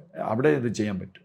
അല്ലാതെ നമ്മളെ കെമിക്കൽ ലാബറട്ടറിയിൽ നമ്മൾ സൾഫ്യൂരിക് ആസിഡും മറ്റെന്തെങ്കിലുമൊക്കെ ഇട്ടിട്ട് ഒരു ബോംബ് ഉണ്ടാക്കിയിട്ട് എന്ന് പറഞ്ഞാൽ അത് പറ്റില്ല. അപ്പോൾ ഹൈലി ഇംപ്രോബിൾ. താങ്കളുടെ നിരീക്ഷണത്തിൽ ഇപ്പോൾ അത് സേഫായിട്ടൊരു സ്ഥലത്തായിരിക്കുമോ നിൽക്കുന്നത്? നമുക്കറിയില്ല എവിടെ ആയിരിക്കും. അത് ഇറാന് മാത്രം അറിയുന്ന രഹസ്യമായിരിക്കും. ഇപ്പോൾ അത് വലിയൊരു ഡിഫൻസ് സിസ്റ്റം ഉണ്ടെങ്കിൽ മാത്രമേ അതിനെ സൂക്ഷിക്കാൻ അല്ലെങ്കിൽ പറ്റുകയുള്ളൂ. പ്രോപ്പറായ സ്ഥലം കണ്ടെത്തി കഴിഞ്ഞോ? അതോ ഇപ്പോൾ എങ്ങനെയായിരിക്കും അതിൻ്റെ സാഹചര്യം? യുറേനിയം എങ്ങനെയായിരിക്കും ഇപ്പോൾ അതിനെ ഉൾക്കൊണ്ടിരിക്കുന്നതെന്ന് പറയാൻ പറ്റുമോ? ഞാൻ നേരത്തെ നമ്മളെ എപ്പിസോഡിൽ പറഞ്ഞിട്ടുണ്ട്, ഇറാൻ ഇഡിയറ്റ്സ് അല്ല. ഇറാൻ നല്ല പിന്നെ ഇവർ ഒരു 5000 വർഷമായിട്ട് ഇവർ അങ്ങോട്ടും ഇങ്ങോട്ടും ക്രോസ് ബ്രീഡൊക്കെ ആയിട്ടുള്ളതാണ്. ഒരാൾ പിന്നെ തൊപ്പി വെച്ചിട്ടില്ല, അല്ല സോറി താടി വളർത്തിയിട്ടില്ല, മറ്റേ ആൾ താടിയുണ്ട്. ഇറാനിലുള്ളവർക്ക് താടിയുണ്ട്, മറ്റവർക്ക് താടിയില്ല. അവരുടെ DNA എടുത്തു കഴിഞ്ഞാൽ അവരൊന്നായിരിക്കും. അവർ ഒരുപാട് ക്രോസ് ബ്രീഡ്. ഒരു ഇറാനിയനെ ഒരു മറ്റവനെ ക്ലീൻ ഷേവ് ഒക്കെ ചെയ്ത് നിർത്തി കഴിഞ്ഞാൽ you cannot distinguish between them. ആരാണ് ജൂതൻ, ആരാണ് അവർ തമ്മിൽ. അപ്പോൾ അതുകൊണ്ട് they are very intelligent race. ശരത്ത് ചോദിച്ച പോലെ ഒരുപക്ഷെ നമ്മുടെ മൗലവി ഫീൽഡ് മാർഷലിൻ്റെ രാജ്യത്ത് അങ്ങനെ ചാൻസ് ഉണ്ട്. ഇറാനിയൻസുമായിട്ടൊക്കെ നോക്കുമ്പോൾ അവർ അത്ര ഇൻ്റലിജൻ്റ് ഒന്നുമില്ല പാകിസ്ഥാനീസ്. പക്ഷേ ഇറാൻ വളരെ ഇൻ്റലിജൻ്റ് ആണ്. അവർ മണ്ടത്തരം കാണിക്കില്ല. അവർ already either they have already പിന്നെ ഫെസിലിറ്റീസ് ഉണ്ടാക്കി. അത് നമ്മൾ കഴിഞ്ഞ എപ്പിസോഡിൽ പറഞ്ഞിരുന്നു. ഫെസിലിറ്റീസ് ഉണ്ടാക്കി അവിടത്തേക്കായിരിക്കും ഇവർ ട്രാൻസ്പോർട്ട് ചെയ്തത്. ഇനി ഒരുപാട് മൗണ്ടനസ് ഏരിയയൊക്കെ ഉണ്ട് ഇവർക്ക്. അവിടെ ആയിരിക്കും ഒളിപ്പിച്ച് വെച്ചിരിക്കുന്നത്. അത് ഓൾറെഡി തയ്യാറാക്കി കഴിഞ്ഞു. ഞാൻ അന്ന് പറഞ്ഞു, ഒരു 10 ബോംബിനുള്ള യുറേനിയം നേരത്തെ സ്റ്റോർ ചെയ്തിട്ടുണ്ടെങ്കിലും ഈ 3 സൈറ്റ്സിലാണ് അവർ എല്ലാവരും കൂടെ ബോംബ് ചെയ്തത്. അതിന് നേരത്തെ വേറെ ഒരു സൈറ്റിൽ ഇവർ സ്റ്റോർ ചെയ്ത് വെച്ചിട്ടുണ്ടെങ്കിലോ, സപ്പോസ് അത് നടന്നില്ലെങ്കിൽ പോലും ചിലപ്പോൾ ഇറാനൊരു അബദ്ധം പറ്റി. Accidents can happen even to the best families എന്നല്ലേ ചൊല്ല്. ചിലപ്പോൾ അങ്ങനെ ചെയ്തതാണ്. പക്ഷേ ഇമ്മീഡിയറ്റായിട്ട് കരണീയമായിട്ടുള്ളത് ഇറാന് മൗലവിക്ക് കൊടുത്തുവിടാനാണ്, അല്ലെങ്കിൽ ചൈനയ്ക്ക് കൊടുത്തുവിടാനാണ്. ചൈനയുടെ ഒരു വലിയ ഷിപ്പ് ആ സമയത്ത് അവിടെ ഉണ്ടായിരുന്നു. ഇറാനിലെ മറ്റേ 2 പോർട്ടുണ്ട്. അതിൽ എവിടെയോ ചൈനയുടെ ഒരു വലിയ ഷിപ്പ് ഉണ്ടായിരുന്നു. ഇനി അതിനകത്ത് കയറ്റി വിട്ടിട്ടുണ്ടോ എന്ന്. പക്ഷേ എൻ്റെ ഒരു പോലീസ് ബുദ്ധിയിൽ എനിക്ക് തോന്നുന്നത് ഇത് മൗലവിക്ക് കൊടുത്തെന്നാണ്. മൗലവി സേഫായിട്ട് എവിടെയോ സൂക്ഷിച്ചു വെച്ചിരിക്കുകയാണ്. അത് ചിലപ്പം ട്രംപ് തന്നെ പറയും, ഡേയ് നിനക്ക് എത്ര കിട്ടി, ബാക്കി അതിൽ പകുതി എനിക്ക് തന്നേക്കണം. നമുക്ക് അറിഞ്ഞൂടാ. ഇങ്ങനെയൊക്കെയാണല്ലോ. ഇപ്പോൾ പാകിസ്ഥാനിലാണെങ്കിൽ അവരുടെ ആണവ ശക്തിയാണ്. അപ്പോൾ ഇത് നേരിട്ട് ആരെങ്കിലും ഇടപെട്ടെങ്കിൽ അത് പാകിസ്ഥാനിന് കൂടി അടിയാവുന്ന ഒരു വിഷയമായതുകൊണ്ട് തന്നെ അവർ ഇറങ്ങും എന്നുള്ള രീതിയിലേക്കുള്ള ഒരു ചിന്തയും കൂടെ കാണുമായിരിക്കും ഇതിനകത്ത്. അല്ല, പാകിസ്ഥാന് ഇസ്രായേലിന് ഇഷ്ടമല്ല. അമേരിക്കയ്ക്ക് പാകിസ്ഥാൻ ആവശ്യമാണ്. പാകിസ്ഥാൻ എന്നല്ല, വെളിയിലൊക്കെ പറയുന്നത് പാകിസ്ഥാൻ എന്നാണ്. ഒരു ബ്രിട്ടീഷ് അമേരിക്കൻസ് പാകിസ്ഥാൻ എന്നാണ്, നമ്മളെല്ലാം പാകിസ്ഥാൻ എന്നാണ്. അപ്പോൾ പാകിസ്ഥാന് അങ്ങനൊരു ത്രെട്ട് ഉണ്ടാവാൻ സാധ്യതയില്ല. ഇതെല്ലാം പൈസ, മലയാളത്തിൽ പറഞ്ഞാൽ പൈസ പൈസ പൈസ എന്ന് പറയും, എല്ലാം പൈസയാണ്. അപ്പം ചിലപ്പോൾ ഇവർ ഇങ്ങനെ നോയിക്കൊണ്ടിരിക്കുകയായിരിക്കും. ഈ മറ്റേ ഇതുവഴി ബോർഡർ വഴി, ഇറാൻ്റെ ബോർഡർ വഴി മറ്റേ ബലൂചിസ്ഥാനിലേക്ക് കടത്തുന്ന നോയിക്കൊണ്ടിരിക്കുകയായിരിക്കും. അവർ കടത്തിട്ട് പിന്നെ നമുക്ക് പൈസ വയ്ക്കാമെന്ന് വിചാരിച്ച് കാണും. We don't know. എല്ലാം പൈസയാണ് ഇങ്ങനെ സംബന്ധിച്ചോളം. പിന്നെ ആണവ ശക്തി എന്ന് പറഞ്ഞാൽ അവരുടെ ഒന്നും ഇല്ലല്ലോ. എല്ലാവരെയും അമേരിക്കക്കാരാണ് അത് കൺട്രോൾ ചെയ്യുന്നത്. പാകിസ്ഥാൻ്റെ കയ്യിലില്ല. നമ്മളെ പറഞ്ഞ് ചിലപ്പോൾ നമ്മുടെ റോയ്ക്ക് അറിയാമായിരിക്കും. നമ്മളെപ്പോലുള്ളവരെയൊക്കെ പറഞ്ഞ് പറ്റിച്ച് അവിടെ ഒരു ബോംബ് ഇരിപ്പുണ്ട്, ഇപ്പുറത്തൊരു ബോംബ് ഇരിപ്പുണ്ട്, ഞങ്ങൾ അങ്ങനെ ചെയ്യും. മുഷറഫിൻ്റെ ഒരു ഫേമസ് സ്പീച്ചുണ്ട്, ശരത്ത് ഓർക്കുന്നുണ്ടോ എന്തോ, 99 2001 അന്ന് വാജ്പേയി ജി ഇരുന്ന സമയത്ത് ഐബോൾ ടു ഐബോൾ എന്ന് പറഞ്ഞ് നമ്മളെ 2 ഫോഴ്സ് അപ്പുറത്ത് കയറ്റി നിർത്തി. അപ്പോൾ അയാൾ പറഞ്ഞ ഓർമ്മയുണ്ട്, first I will drop small this thing nuclear bomb just in front of your army, then if you don't listen to that then I will put the bomb വേറൊരു പ്ലേസ്. ഇങ്ങനെയൊക്കെ പറഞ്ഞ് നമ്മളെ വെരട്ടിയിരുന്നു. അതേപോലെ ഇവന്മാർ വെരട്ടിഫിക്കേഷനായിരുന്നു. ഇവരുടെ കയ്യിൽ സാധനം ഇല്ല എന്ന് പറഞ്ഞാൽ ഈ USA ഇവരെ വിശ്വാസം ഇല്ല തന്നെ. പക്ഷേ അവന്മാരെ കൊണ്ട് പല ഉപയോഗങ്ങളുണ്ട് ഈ ട്രൈറ്റേഴ്സിനെ കൊണ്ട്. അപ്പം അതുകൊണ്ട് പിന്നെ എനിത്തിങ് ഈസ് പോസിബിൾ. ഈ ഇദ്ദേഹം അവിടെ ഇരിക്കണത്തോളം കാലം, ഈ മൗലവി ഫീൽഡ് മാർഷൽ അവിടെ ഇരിക്കണത്തോളം കാലം എനിത്തിങ് ഈസ് പോസിബിൾ. അത് അമേരിക്കയ്ക്ക് പറയാം, എല്ലാവരെയും ചിലപ്പം അങ്ങോട്ടേക്ക് മാറ്റിക്കാണും. അപ്പം ഇറാനും വിചാരിക്കും തൊട്ടടുത്തല്ലേ, നമുക്ക് പിന്നെ എന്തെങ്കിലും ചെയ്യാമല്ലോ. അല്ല, ചൈനയ്ക്കൊക്കെ കൊടുത്തു വിട്ട് കഴിഞ്ഞാൽ പിന്നെ അങ്ങ് പോയി. പിന്നെ ചൈനയിൽ ആകെ പ്രശ്നമാണ്, എപ്പോഴാണ് ഷീ ജിൻപിങ് പണി നിർത്തി പോകുന്നതെന്ന് പറയാൻ ഒക്കില്ല. അവിടെ വലിയ വിഷയം നടക്കുകയാണ്. അപ്പോൾ അതൊക്കെ ഇറാനും മനസ്സിലാക്കില്ല. അപ്പോൾ പെട്ടെന്ന് ഇത് കൈവച്ച ഞാൻ പറഞ്ഞു എന്ന് പറഞ്ഞ് കൊടുത്താണോ നമുക്കറിഞ്ഞൂടാ. എനിവേ ഈ കംപ്ലീറ്റ് നശിപ്പിക്കാൻ പറ്റിയിട്ടില്ല, അതൊരു ഫാക്റ്റാണ്. നമ്മൾ ഇന്ന് പറഞ്ഞ പല വിഷയങ്ങൾ സംസാരിച്ചു. അപ്പോൾ അതെല്ലാം കൂടെ കണക്ട് ചെയ്യുന്നൊരു പോയിന്റ് ഉണ്ട്.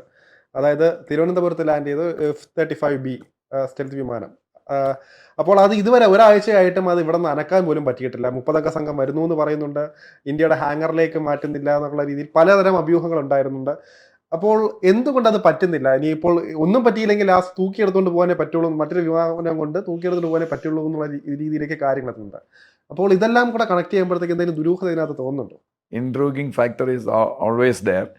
പക്ഷേ നമ്മളെപ്പോലുള്ളവരാണ് ഇത് ശരിക്കും മനസ്സിലാക്കാത്തത്. ഇതൊക്കെ അറിയാവുന്നവർക്ക് അറിയാം, നമ്മുടെ ചാരസംഘടനകൾക്കും നമ്മുടെ ഡിഫൻസ് മിനിസ്ട്രിക്കും ഒക്കെ അറിയാമായിരിക്കും. ഇതിപ്പോൾ ശരത്ത് ചോദിച്ചതല്ല, മിക്കവാറും ഇതിനെ നമ്മുടെ വലിയ ലൈലാൻഡ് ലോറി വന്ന് അല്ലെങ്കിൽ മാൻ ലോറി വന്ന് ഇതിനെ എടുത്തിട്ട് വിഴിഞ്ഞത്ത് കൊണ്ടുപോയി കപ്പൽ കയറ്റി കൊണ്ടുപോകേണ്ട ഒരു ഗതികേടാണ്. ഞാൻ മനസ്സിലാക്കിയത്, ഞാൻ കേട്ടത്, ഈ ഈ സാധനം F-35B അവന്മാർ പിന്നെ നമ്മുടെ ഈ ഇതുവഴി കപ്പൽ പോയപ്പോഴാണ് അതിൽ നിന്ന് ഇവന്മാരിങ്ങനെ പറന്ന്, ഇവന്മാർ ചിലപ്പം വല്ല പോക്കൃത്തനം കാണിക്കാൻ വേണ്ടി നമ്മളെവിടെ ചിലപ്പോൾ കയറി കാണും. നമുക്ക് എയർ സ്പേസ് ഒക്കെ ഉണ്ടല്ലോ. അപ്പോൾ ഇവന്മാർ ചുമ്മാ ജാട കാണിക്കാൻ വേണ്ടി, അല്ലെങ്കിൽ ഇവൻ്റെ ഹൈ ഹാൻഡ്നെസ്സും ഉണ്ട്. ഈ പൈലറ്റ് 23-25 വയസ്സുള്ളവനായിരിക്കും, ആ പ്രായം അതല്ലേ. അപ്പം ആ ഇത് തള്ളലുണ്ട്. അവൻ എന്നാൽ പിന്നെ നമുക്ക് വിഴിഞ്ഞോ, ഇവന്മാർക്ക് ഇവിടെ സദേൺ എയർ കമാൻഡൊക്കെ ഉണ്ടെന്ന് പറഞ്ഞു, നോക്കണം ഇവന്മാരൊന്നും ചെയ്യുമല്ലോ എന്ന് പറഞ്ഞ് അവൻ വന്ന് നമ്മളെ ലോക്ക് ചെയ്തു. നമ്മുടെ എയർ ഡിഫൻസ് സിസ്റ്റം ലോക്ക് ചെയ്തു അവനെ. എന്നാണ് ഞാൻ അറിഞ്ഞത്. എയർ ഡിഫൻസ് സിസ്റ്റം എന്ന് പറഞ്ഞാൽ ഇവിടെ നല്ല full fledged air defence system ഉണ്ട്. നമ്മുടെ അടുത്ത് പറഞ്ഞിട്ടല്ലല്ലോ എയർ ഡിഫൻസ് സിസ്റ്റം അവിടെ വെച്ചിരിക്കുന്നത്. അവർ എവിടെ വെച്ചിരിക്കുന്നത്, ഏത് കടലിൻ്റെ അടിയിൽ, ട്രിവാൻഡ്രത്ത് വിഴിഞ്ഞത്തിൻ്റെ അടിയിലാണോ അതോ ഇതിനകത്ത് എവിടെയെന്ന് ആക്കും അറിഞ്ഞൂടാ, ISROയ്ക്ക് അകത്താണോ ഒന്നും അറിഞ്ഞൂടാ. നല്ല ഫുൾ ഫ്ലഡ്ജഡ്. നമുക്ക് 3 മേജർ സൗത്ത് ഇന്ത്യ കവർ ചെയ്യാൻ വേണ്ടി ഒരുപാടുണ്ട്, പക്ഷെ 3 മേജർ. ഒന്ന് ബാംഗ്ലൂർ, ഒന്ന് തഞ്ചാവൂർ, പിന്നെ ഒന്ന് സദേൺ. ലേറ്റസ്റ്റ് എനിക്കൊന്ന് സദേൺ എയർ കമാൻഡാണ്. അവിടെ ആകാശ് മിസൈൽ പിന്നെ 20 സെക്കൻഡ് 3 ആകാശ് മിസൈൽ, 20 സെക്കൻഡ് കൊണ്ട് 3 ആകാശ് മിസൈൽ പോകും. അപ്പം എത്ര മിസൈൽ ഒരുമിച്ച് പോകുമെന്ന് വെച്ചാൽ എനിക്ക് അറിഞ്ഞോളൂ. അത് വെച്ചിട്ടുണ്ട്. പിന്നെ വേറെ സാറ്റലൈറ്റ് ബേസ്ഡ് ആയിട്ടുള്ള, എനിക്കത് പറയാൻ അറിഞ്ഞൂടാ, ആൻറ്റി ഡിഫൻസ് സിസ്റ്റം ടെക്നോളജി അത് ഇൻസ്റ്റാൾ ചെയ്തിട്ടുണ്ട്. പക്ഷെ ഇവനെ വിട്ടിലാക്കിയത്, ഞാൻ മനസ്സിലാക്കിയത്, S-400 ട്രയംഫ് എന്നാണ് അതിൻ്റെ പേര്. അതെടുത്ത് വെച്ച് ലോക്ക് ചെയ്തു. ഇവൻ ഈ ഐഹാൻഡ്നെസ് കാണിച്ച് ഇങ്ങനെ തലകുത്തി മറിഞ്ഞപ്പോൾ എന്നാൽ പിന്നെ ലോക്ക് ചെയ്തിട്ട് പിന്നെ അടുത്ത ഫയറിംഗ് ആണ്. അത് ചെയ്തില്ല. അത് നമ്മുടെ ഓഫീസേഴ്സ് പറഞ്ഞാണ് ലോക്ക് ചെയ്താൽ മതി, ഇപ്പം എടുത്തോണ്ട് പോണ കാണാമല്ലോ. അത് ലോക്കായിപ്പോയി. അത് പിന്നെ നിങ്ങൾ എവിടെ ചോദിച്ചാലും അത് ലോക്ക് ചെയ്യാൻ പറ്റുമോ, അത് ഭയങ്കര കോംപ്ലക്സ് ആക്ടിവിറ്റിയാണ്. അത് നിങ്ങൾക്കത് പറഞ്ഞാൽ മനസ്സിലാവില്ല എന്നുള്ള ഉത്തരവേ കിട്ടുള്ളൂ. അത് ലോക്ക് ചെയ്തു. നമുക്കറിഞ്ഞൂടായിരുന്നു ലോക്കാവോ ഇല്ലെന്നുള്ളത്. അത് ഇന്ത്യക്ക് ഒരു പാഠമായി. ഈ ഇത്രയുള്ളെന്ന് അമേരിക്ക ആകെ അന്തം വിട്ട് നിൽക്കുകയാണ്. ഇത് ആകെ ഒരു 19 എണ്ണം കൊടുത്തു വേണം ചക്രം വാങ്ങിച്ച് കഞ്ഞി കുടിക്കാൻ എന്നൊക്കെ പറഞ്ഞിരിക്കുന്നപ്പോഴാണ് ഈ സാധനം ഇവൻ ഇവിടെ കൊണ്ടുവന്ന് തലകൊത്തി മറിഞ്ഞപ്പോൾ അതങ്ങ് ലോക്ക് ചെയ്തു. എനിക്കൊന്ന് അൺലോക്ക് ചെയ്യാനുള്ള ഇതും ഇന്ത്യക്ക് അറിയാം. ഇന്ത്യക്ക് അറിയാം. അല്ല, നമ്മൾ ലോക്ക് ചെയ്തു. അത് കഴിഞ്ഞിട്ട് അവനെ ഫയർ ചെയ്തില്ല. പിന്നെ നമുക്ക് എയർ സ്പേസ് വയലേറ്റ് ചെയ്യാൻ ഫയർ ചെയ്യാം, പക്ഷെ നമ്മൾ ഫയർ ചെയ്തില്ല. എന്ന് ഞാൻ ഇനി അടുത്ത കാണാൻ പോകുന്ന ഫണ്ട് നമ്മളെ ഇന്ത്യൻ സ്ട്രാറ്റജിസ്റ്റ് ലോക്ക് ചെയ്തു. നമ്മളെ ട്രൂഡോ ഭയങ്കര അട്ടഹാസംഭവമായിരുന്നല്ലോ. ഇവിടെ നമ്മുടെ പഞ്ചാബിൽ അവിടുന്ന് ഖാലിസ്ഥാൻ ഭീകരനെയൊക്കെ കൊണ്ടുവന്ന് സമ്മേളനം നടത്തി. അങ്ങനെ അട്ടഹസ് ചിന്തിക്കുന്ന സമയത്താണ് അവൻ പ്ലെയിനിൽ വന്ന് ഇറങ്ങിയത്. നമ്മുടെ G7 ആണെന്ന് തോന്നുന്നു, അതോ G20 ഇവിടെ വന്നു, ഓർമ്മയുണ്ടല്ലോ. അവൻ പ്ലെയിൻ എടുത്തോണ്ട് പോകാൻ പറ്റാതെ ഇവൻ്റെ വലിയ അട്ടഹാസമൊക്കെ കണ്ടിട്ട് അജ്ഞാതന്മാരാരോ ലോക്ക് ചെയ്തതെന്നാണ് ഞാൻ വിചാരിക്കുന്നത്. ലോക്ക് ചെയ്ത് കളഞ്ഞു. അപ്പം എന്താ പറഞ്ഞ്, അത് ഞങ്ങൾ ശരിയാക്കി തരാം. വേണ്ട, പിന്നെ നിങ്ങൾ എങ്ങനെ ശരിയാവും? ഞങ്ങൾക്ക് വേറെ ആൾ വരും കാനഡയിൽ നിന്ന്, 15,000 കിലോമീറ്റർ ദൂരെ നിന്ന്. അപ്പോൾ തന്നെ അവിടെ നിന്ന് ഫ്ലൈറ്റ് വന്നു, ആളൊക്കെ വന്നിട്ട് ഇത് അൺലോക്ക് ചെയ്യാൻ പറ്റിയില്ല. ഇതെന്താ സാധനം, നാണക്കേടല്ലേ ഈ ട്രൂഡോയ്ക്ക്. ഇന്ത്യൻ വിദഗ്ധർ വന്ന് അത് അൺലോക്ക് ചെയ്തെന്ന് പറഞ്ഞ്. അപ്പോൾ തന്നെ അവിടെ നിന്ന് പ്ലെയിൻ വന്നാണ് പോയത്. പിന്നെ ഇത് എങ്ങനെ എടുത്തുകൊണ്ട് പോയെന്ന് വെച്ചാൽ നമുക്ക് അറിഞ്ഞൂടാ. അതിൻ്റെ മാനുഫാക്ചറെ വിളിച്ചുകൊണ്ട് വന്നതാണ്. അതേപോലത്തെ ഒരു പരിപാടിയാണിത്. ലോക്ക് ചെയ്തത് India anti air defence system lock ചെയ്ത് വെച്ചു കൊടുത്തു. ചിലപ്പോൾ അവൻ മനഃപൂർവ്വം വന്നതായിരിക്കും. നമ്മുടെ ഇവിടെ ഇതൊക്കെ വർക്ക് ചെയ്യുന്നുണ്ടെന്ന് അറിയും. We don't know. എന്ന് പറഞ്ഞാൽ ബ്രിട്ടീഷുകാർക്ക് ഒരിക്കലും നമ്മൾ നന്നാവണത് ഇഷ്ടമേ അല്ലല്ലോ. അപ്പോൾ അതുകൊണ്ട് ഈ ഞങ്ങൾ ഇറാനുമായിട്ട് അടിക്കാൻ പോയി USA അവരുമായിട്ടൊക്കെ യുദ്ധം ചെയ്യാൻ പോകുന്നതിൻ്റെ ഭാഗമായിട്ട് ഞങ്ങൾ വന്നപ്പം ഒന്ന് ഇത്തിരി മാറിപ്പോയി. അപ്പാണ് ഇവന്മാർ ഇതൊക്കെ ചെയ്തതെന്ന്. അതുമല്ല ആയിരിക്കും അവന്മാർ ഐഡിയ. എനിവേ ലോക്ക് ചെയ്തോളാം. അത് അഴിക്കാൻ അറിഞ്ഞൂടാ. അവിടെ തലേനെ വെച്ച് അവൻ പായം വിരിച്ച് കിടക്കാൻ അതിനകത്ത് അവിടുന്ന് മാറുന്നില്ല. ഇതുപോലെ നാണക്കേട് ഇവർക്ക് സംഭവിച്ചിട്ടില്ല. എനിക്കൊന്ന് മിക്കവാറും അവനെ ഡിസ്മിസ് ചെയ്യും. ഇനിയിപ്പോ 30 അംഗ സംഘം ലോക്ഹീഡ് മാർട്ടിന്ന് ഇത് നിർമ്മിച്ചവരെ കൊണ്ട് തന്നെ കൊണ്ടുവരാൻ പോകുന്നുണ്ട്. അപ്പൊ അതും ഇല്ലെങ്കിൽ ലാസ്റ്റ് ഓപ്ഷൻ ആണ് ഇങ്ങനെ മറ്റൊരു വിമാനം തൂക്കിയെടുത്തോണ്ട് പോകാന്നുള്ള ഓപ്ഷൻ മാത്രമേ. ലോക്ഹീഡ് മാർട്ടിൻ വന്നാലേ എനിക്ക് തോന്നുന്നുള്ളൂ ഇത് ലോക്ക് അഴിക്കാൻ പറ്റുള്ളൂ. അതോ ഇനി അവർ വന്നാലും കാര്യം ഞാൻ ഈ ലോക്കേറ്റ് മാർട്ടിന് ലോക്ക് കഴിക്കണമെങ്കിൽ പിന്നെ ഇതെന്തിനാണെന്ന് മനസ്സിലാവണ്ടേ. S-400 ട്രയംഫ് എന്തെന്നാണ് അതിന്റെ കോൺഫിഗറേഷനും മറ്റതും ഒക്കെ മനസ്സിലാവണ്ടേ. അത് വെച്ചാണ് ലോക്ക് ചെയ്തിരിക്കുന്നത്. അത് കഴിക്കണമെങ്കിൽ ആദ്യം ഇതറിയണ്ടേ. അല്ലെങ്കിൽ നിങ്ങൾ പറഞ്ഞ എഞ്ചിനെല്ലാം കൂടെ ഇളക്കി മറ്റേ ലൈലാൻഡ് വലിയ ജസ്റ്റ് ഇപ്പൊ ഒരു കാര്യം ചോദിച്ചാൽ ഇന്ത്യയുടെ അടുത്ത് ചോദിച്ചാൽ തീരുന്ന പ്രശ്നമില്ല. ചിലപ്പം ഞാൻ നേരത്തെ പറഞ്ഞു ലോക്ക് ചെയ്യാൻ അൺലോക്ക് നാണക്കേടല്ലേ. അത് ഭയങ്കര നാണക്കേടാണ്, ചോദിക്കുന്ന പ്രശ്നമില്ല. ഒരുപക്ഷെ US ഇടേ പോട്ടെ, നിന്റെ വീട്ടിൽ നിന്റെ ആളുകളായിരുന്നല്ലേ ഒരു കാലത്ത്, അവര് ചോദിച്ചാൽ കഴിച്ച ആരും അറിയണ്ടല്ലോ, നമുക്ക് രഹസ്യമായിട്ട് എന്നിട്ട് പറയും ഞങ്ങൾ സോൾവ് ചെയ്തു എന്ന് ഉമ്മാര് പറഞ്ഞാൽ മതിയല്ലോ. അത് അങ്ങ് അവർ ബ്രിട്ടൻ സമ്മതിക്കില്ല. അവരെ ഹാങ്ങറിൽ പോലും കേട്ടാൻ സമ്മതിക്കുന്നില്ല എന്ന് പറഞ്ഞു. അതുപോലെ ഇവ ആക്ച്വലി ഇവൻ അന്തം വിട്ട പ്രതി എന്തും ചെയ്യുന്നു പറഞ്ഞാൽ ഇവ ആകെ അന്തം വിട്ടിരിക്കണം. ഇവ ആലോചിക്കണം ഹാങ്ങറിൽ കയറാൻ പറ്റാത്ത അതൊന്നും അല്ല. അവ ആലോചിക്കണം എനിക്ക് തിരിച്ചു തന്നെ ഞാൻ കോർട്ട് മാർഷലിന് വിധേയനായിട്ട് വരും, എനിക്ക് പണി പോകുമോ, അതൊക്കെയാണ് അവൻ ആലോചിച്ച് കിളി പോയി നിൽക്കുകയാണ്. അപ്പം ആ പൈലറ്റിന്റെ മാത്രം ചിന്തയാണ്. അവനെ എവിടുന്ന് പൊക്കി അതൊക്കെ നമുക്ക് മനസ്സിലാവുന്നില്ല. ഇവനെന്തിനു പൊക്കണം? ഇവനിവിടെ 5 സ്റ്റാർ 7 സ്റ്റാർ ഹോട്ടലിൽ താമസിച്ചുവിടുക, അല്ലെങ്കിൽ നമ്മുടെ സദേൺ എയർ കമാൻഡ് അവർ വേണ്ട സൗകര്യങ്ങളൊക്കെ ചെയ്തു കൊടുക്കുമല്ലോ. അവനെ പൊക്കിയത് അവൻ്റെ പുറത്ത് എന്തോ നടപടിയുണ്ട്. എന്നിട്ട് വേറെ പുതിയ പൈലറ്റ് മാറ്റാണ് വന്നിരിക്കുന്നത്. അതിനൊരു പരിഹാരം പ്രതീക്ഷിക്കേണ്ട അല്ല, അതൊരു നല്ലൊരു വെരി ഇൻട്രസ്റ്റിംഗ് തിങ്സ് ആണ്. പിന്നെ നമ്മുടെ ഇന്ത്യക്കാർക്ക് ഒരു വലിയ കുഴപ്പമുണ്ട്, മിണ്ടൂല എന്തെങ്കിലും ചെയ്താൽ ഇങ്ങനെ മിണ്ടാതിരിക്കും. അൺസങ് ഹീറോ ആയിട്ട് നമ്മള് പിന്നെ പാകിസ്ഥാനിലൊക്കെ ചെയ്തിട്ട് നമ്മൾ അവിടുന്ന് ഇവിടുന്ന് റഷ്യക്കാരിൽ നിന്നും ജപ്പാൻകാരുടെ നിന്നൊക്കെയാണ് നമ്മൾ ന്യൂസ് എടുക്കുന്നത്, ഇവിടെയൊക്കെ എന്തൊക്കെ ചെയ്തെന്ന്. നമ്മൾ പിന്നെ മിണ്ടൂല്ല. അങ്ങനെ ഒരു സംഗതി അത് കുറച്ച് കൂടിപ്പോയി. ഖലിസ്ഥാനും അതുപോലെ തന്നെ കനഡയിലൊക്കെ കൊണ്ട് റോ കയറി മേങ്ങിട്ട് ഒന്നും മിണ്ടാത്ത ഒരു ഇന്ത്യ. പക്ഷെ അങ്ങനെ പബ്ലിഷ് ചെയ്താലും മാത്രമല്ല നമ്മളൊരു സൂപ്പർ പവർ എന്ന് അറിയാറുള്ളൂ. അല്ല, അത് എനിക്ക് അറിഞ്ഞൂടാ, എന്ത് ബുദ്ധിയാണെന്ന് എനിക്ക് അറിഞ്ഞൂടാ. അത് I don't know. Even Mossad പോലും എല്ലാം ആദ്യമേ പറയുമല്ലോ, ഞങ്ങൾ അവിടെ അങ്ങനെ ചെയ്തു ഇങ്ങനെ ചെയ്തു മറിച്ചോളാൻ. നമ്മൾ മിണ്ടണ പ്രശ്നമില്ല. ഒരക്ഷരം വന്ന് ആരെങ്കിലും എന്തെങ്കിലും പറഞ്ഞാൽ നമുക്കത് മനസ്സിലാവുകയില്ല. വരും ചിലർ ഇങ്ങനെ IFS ഉദ്യോഗസ്ഥന്മാരൊക്കെ. അദ്ദേഹം പറഞ്ഞ ഈ ഒരു കാര്യം എനിക്ക് ഇതുവരെ മനസ്സിലായിട്ടില്ല. വന്ന് ഈ ബ്രീഫിങ്ങിന് ആ പെമ്പിള്ളേർ കറക്റ്റായിട്ട് പറഞ്ഞാണ്. ആ വിക്രം മിശ്രി സാറ് പറയുന്നത് എനിക്ക് ഇന്നേ വരെ മനസ്സിലായില്ല. എന്തൊന്നാണ് അദ്ദേഹം പറയുന്നത്? ഹിന്ദിയിൽ പറയണതും മനസ്സിലായില്ല, ഇംഗ്ലീഷ് പറയണതും മനസ്സിലാവുന്നില്ല. ഒരുപക്ഷെ വാർ സ്ട്രാറ്റജി ആയിരിക്കും ഇന്ത്യയാണ്. ആർക്കും ഒന്നും മനസ്സിലാവരുത്, നമ്മളെന്തിനാണ് പബ്ലിസിറ്റി കൊടുക്കുന്നത്? May be, I don't know. എന്തായാലും നമ്മൾ ഇന്നത്തെ ഒരു ചെറിയ ഇന്റർവ്യൂ ആണെങ്കിൽ അതിൽ പലതരം കാര്യങ്ങൾ സംസാരിച്ചു. അതായത് ഇതൊക്കെ നമ്മൾ പറയുന്ന പോലെ തന്നെ സ്ട്രാറ്റജീസ് ആണ്, മറ്റ് ചാനലുകൾ പറയാത്ത രീതിയിൽ ഇനി നടക്കാൻ പോകുന്നത് എന്തായിരിക്കും നമ്മൾ പ്രഡിക്റ്റും കൂടെ ചെയ്തിട്ടുണ്ട് കുറേ കാര്യങ്ങൾ. അപ്പോൾ ഇനി കണ്ടറിയാം ഇനി എന്തായിരിക്കും നടക്കാൻ പോകുന്നത്. ചുരുക്കത്തിൽ ഇതാണ്, സീസ് ഫയർ ഹോൾഡ് ചെയ്യും. ഞാൻ അത്യാവശ്യം ഇറാന് പറയാം ഞങ്ങൾ ഖത്തറിൽ കാച്ചിട്ടുണ്ടെന്ന്, അത് ബോംബിട്ടല്ലോ, അത് തടയാനൊന്നും പോയില്ല. ഇപ്പം അമേരിക്ക പക്ഷേ ഒരു 2 ആഴ്ചയ്ക്ക് മുമ്പ് അവിടെ നിന്നെല്ലാം ഒഴിപ്പിച്ചു. ഏറ്റവും വലിയ ഇതായിരുന്നു, താവളമായിരുന്നു. 10,000 സോൾജേഴ്സ് മിനിമം ഉണ്ട്, അതൊക്കെ മാറ്റി. അപ്പോൾ ഈ ഇറാന് വേണമെങ്കിൽ 2 ബോംബ് ഇട്ടോട്ടെ എന്ന് വെച്ചിട്ട് മാറ്റിയതാണ്. കാര്യം ഞാൻ ഇത് ബോഡി ബാഗിലായി അങ്ങ് അമേരിക്ക ചെന്ന് കഴിഞ്ഞാൽ ചിലപ്പോൾ ട്രംപ് രാജിവെക്കേണ്ടി വരും, വലിയ വിഷയമായി പോകും. അപ്പം സീസ് ഫയർ മുന്നോട്ട് വരും. ചിലപ്പോൾ മാക്സിമം പ്യൂട്ടിൻ വരും. ട്രംപ് പറയണേ നിൻ്റെ മൗലവിയെ വിളിച്ച് നീ എന്താണെന്ന് വെച്ചാൽ ചെയ്ത് ഭയങ്കര പ്രശ്നമാണ്. അപ്പം പ്യൂട്ടിൻ വരും. അപ്പോൾ പ്യൂട്ടിൻ അതാണ് ആവശ്യം. പ്യൂട്ടിന് ഒരു റോള് വേണം ഈ പീസ് ഇതിൽ. അങ്ങനെ നോവൽ സമ്മാനം ഞാൻ അന്നേ പറഞ്ഞു, 1.5 മാസം മുമ്പ് പറഞ്ഞു, നോവൽ സമ്മാനം പിന്നെ ഇദ്ദേഹത്തിന് മാത്രം കിട്ടില്ല. അതിനകത്ത് നരേന്ദ്രമോദി മോഡിജി വരും, പ്യൂട്ടിൻജി വരും എന്നൊക്കെ ഞാൻ 1.5 മാസം മുമ്പേ പറഞ്ഞിരുന്നു. ശരത്ത് ഓർക്കുന്നുണ്ടോ? അന്ന് മനുജി ആയിട്ടിരുന്നപ്പോഴാണ്. അപ്പം പ്യൂട്ടിൻ കൂടെ സമ്മാനം കിട്ടട്ടെ. വളരെ നന്ദി സാർ. എന്തായാലും വന്ദേ മാതരം.